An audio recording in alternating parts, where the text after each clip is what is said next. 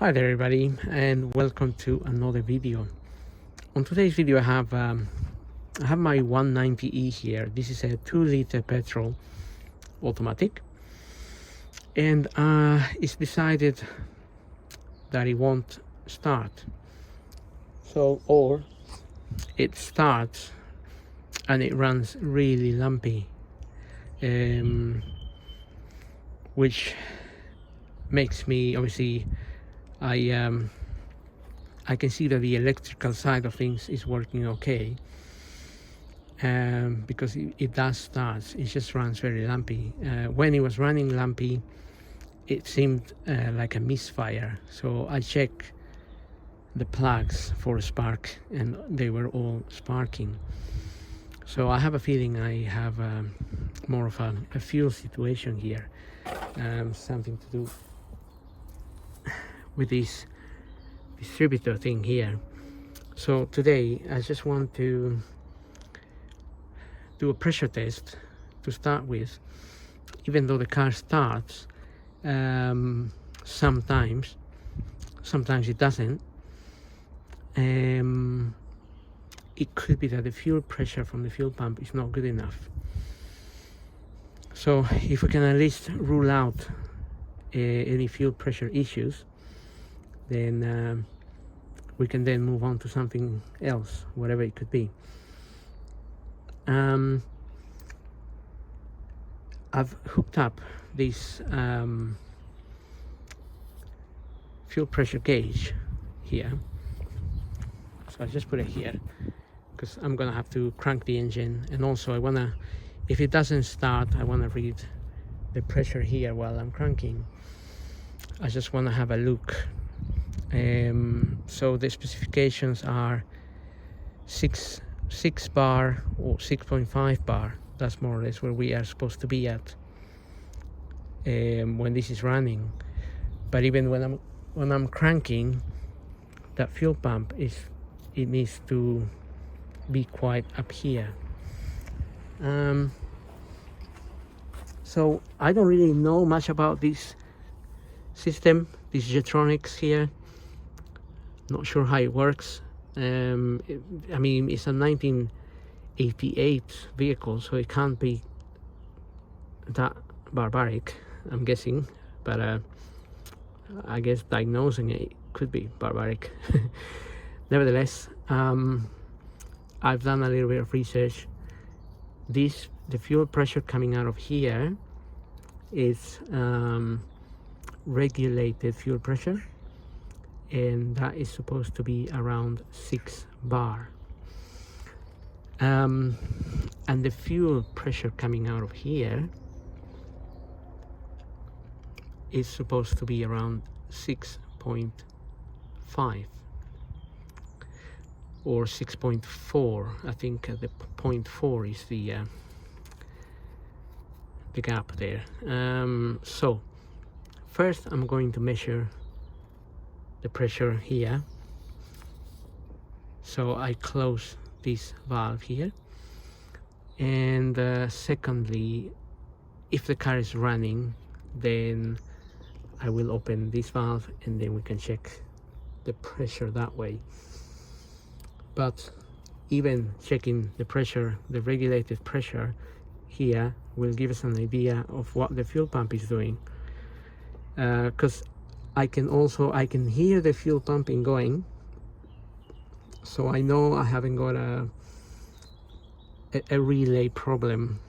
The relay is sitting behind the battery, and that can cause issues with the fuel pump. So basically it doesn't work, and then you need either you need to change the relay, or you need to solder the contacts on it.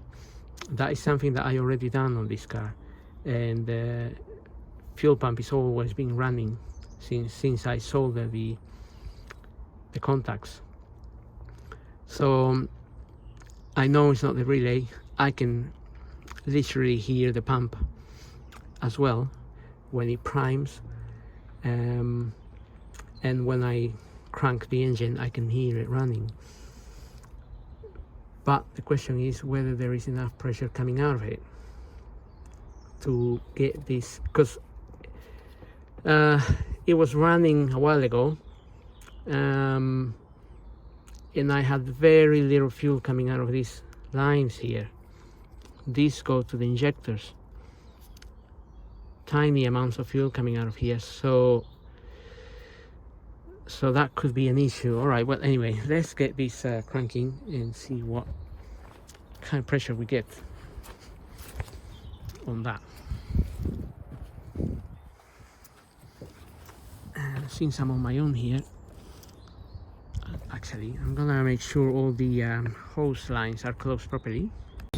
Okay, let's give this a go. I need to press the pedal here.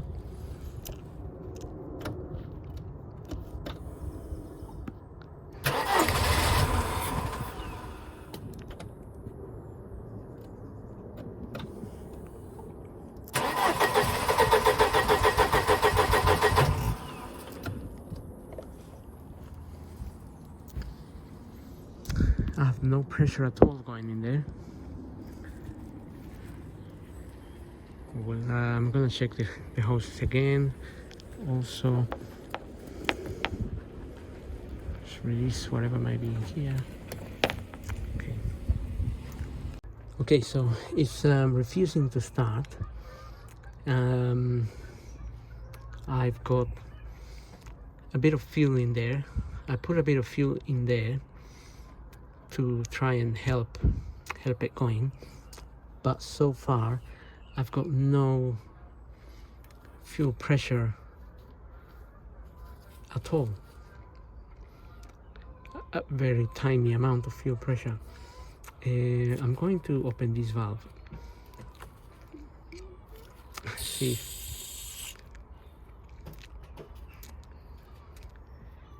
if we get some more pressure from there.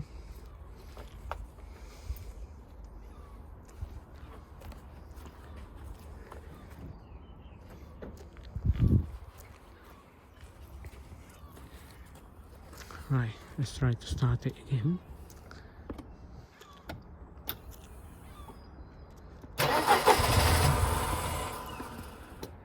Okay, I can see a bit of fuel in there.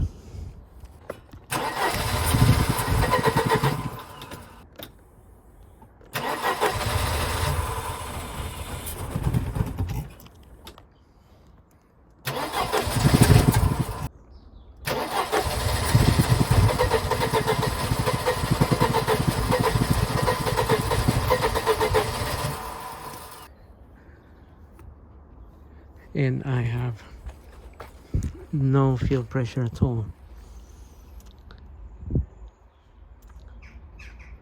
I mean, I have some fuel pressure, but not enough.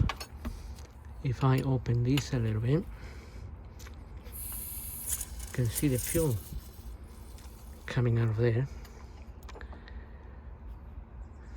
So I really want that.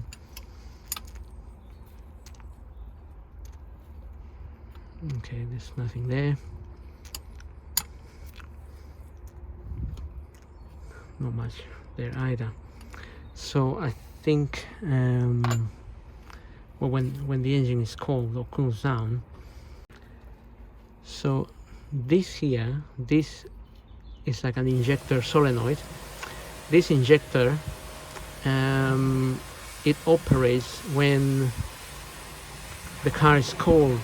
So when the car is cold, an electrical signal will come here, and the pressure coming from here will, the solenoid will open and the fuel will go into the cylinders. And once it's hot, this will stop generating the electricity pulse. So no fuel will be going in here anymore. Which then the fuel will go into these 4 injectors. Well, I think some fuel goes in there anyway while we cold start it, but at the moment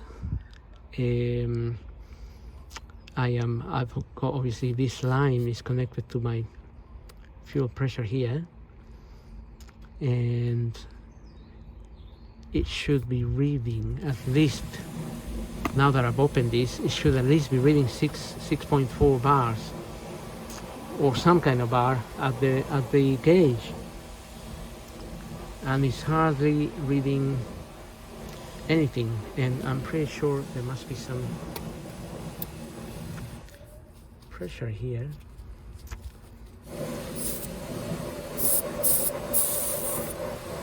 Yeah, there is some fuel coming out of there.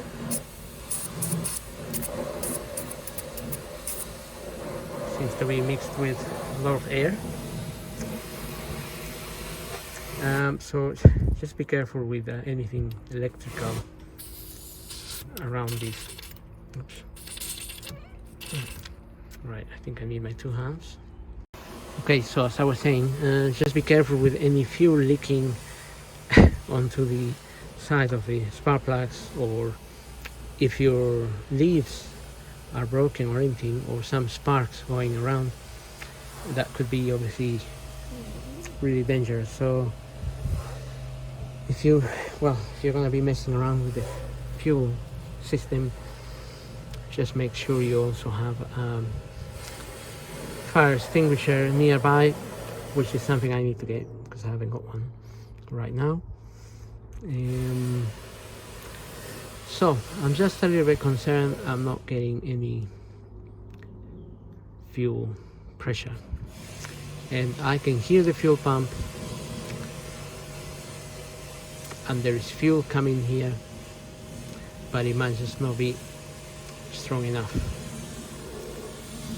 So I think my next stage will be to get a fuel pump, replace it, and see where we go from here. There is another way of checking the fuel pressure, a little bit more prehistoric, I guess.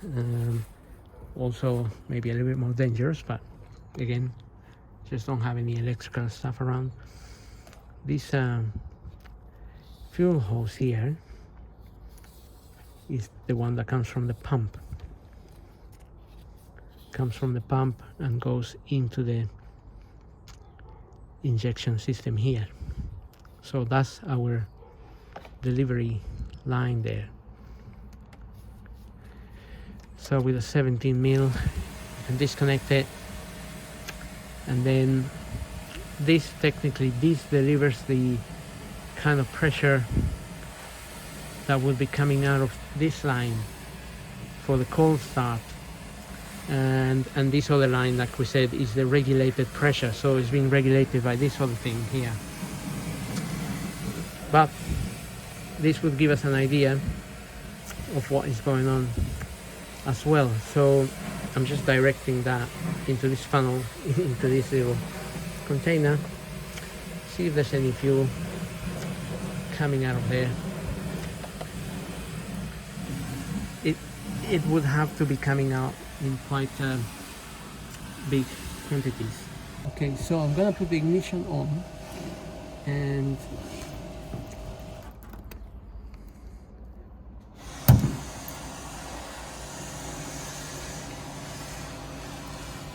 ignition on, crank a little bit and see how much fuel comes out of there.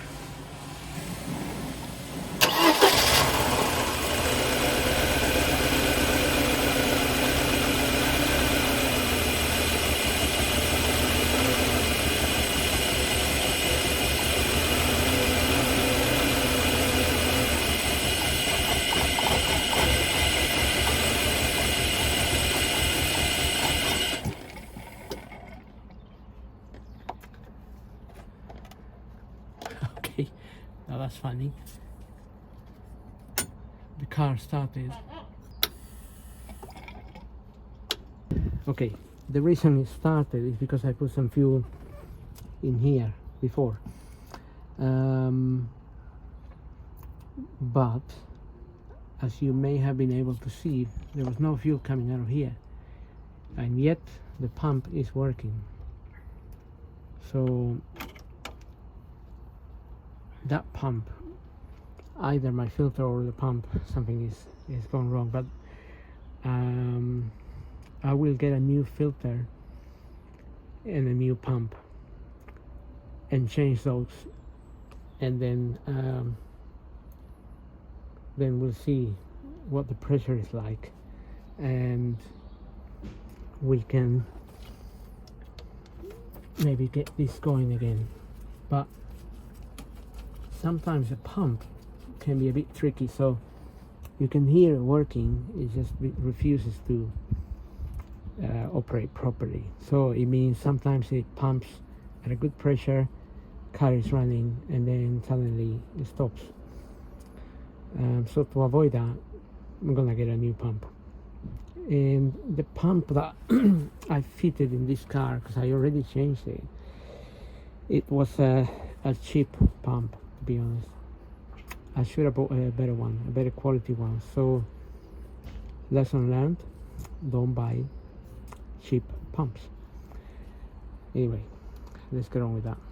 Just another thing, I removed the little fuel distributor that goes there, because I'm gonna order the fuel pump and a filter. I think I'm gonna take the opportunity to order the little the rebuild kit for that unit. After all, this car is 1988, and also it's been it's done about 120,000 miles. Well, I guess it's not that much for this car, but in terms of years, the components in there have been there for ages. So I just removed it, take the opportunity to do that. Removing it is not really that difficult. You only have to remove all the connections, obviously. Disconnect that in the fuel line there. This one, I may even change this fuel regulator here. Again, it's been there for eternity, so just as part of maintenance. And then we'll see how we go from there. I also need to change the stem, the valve stem seals, because this car is smoking a little bit of, it's burning a bit of oil, and I already have those stem seals ready to be done, but I want to make sure the car is running okay, and then I will do that.